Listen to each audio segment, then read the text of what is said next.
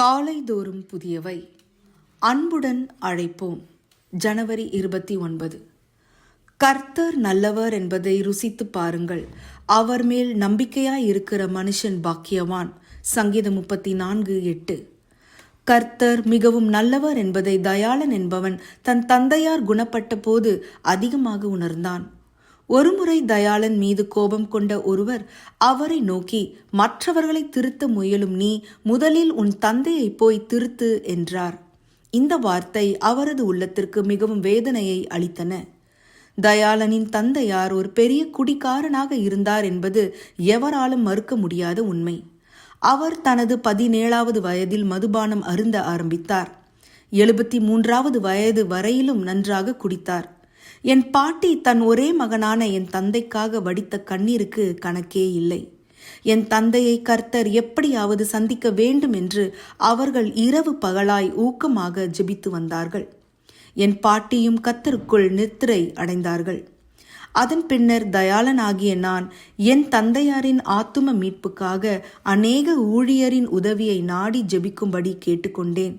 நாங்கள் அனைவரும் அவர்களின் மனமாற்றத்திற்காக ஊக்கமாக உபவாசித்து ஜெபித்து வந்தோம். குடிப்பழக்கத்திற்கு அடிமைப்பட்டிருந்த என் தந்தைக்கு திடீரென கொடிய நோய்கள் ஏற்பட்டது. அப்பொழுது அவர் தேவனை அதிகமாய் தேட ஆரம்பித்தார். தன் பாவங்களை மறைக்கிறவன் வாழ்வடைய மாட்டான், அவைகளை அறிக்கை செய்து விட்டுவிடுகிறவனோ இரக்கம் பெறுவான். நீதிமொழிகள் 28:13 என்ற வசனத்தின்படி தன் வாழ்க்கையில் தான் செய்த அத்தனை பாவங்களையும் ஒவ்வொன்றாய் தேவ சமூகத்தில் மிகவும் மனஸ்தாபப்பட்டு அறிக்கையிட்டு கர்த்தர் அவரை மன்னிக்கும்படியாக கெஞ்சினார். புதிய தீர்மானங்கள் பல செய்தார். அவருக்காக ஜெபிக்க வந்தவர்களை அன்புடன் வரவேற்றார். ஒரு நாள் என் தந்தை என் இளைய சகோதரியிடம், நான் என் பாவங்கள் அனைத்தையும் ஆண்டவரிடம் அறிக்கையிட்டேன். அவர் என் பாவங்களை எல்லாம் எனக்கு மன்னித்து விட்டார். ஒரு பாரம் என்னை விட்டு நீங்கி போனதை நான் உணர்கிறேன் என்றார். கர்த்தருக்காக பொறுமையுடன் காத்திருந்தேன். அவர் என்னிடமாய் சாய்ந்து என் கூப்பிடுதலை கேட்டார். சங்கீதம் 40:1.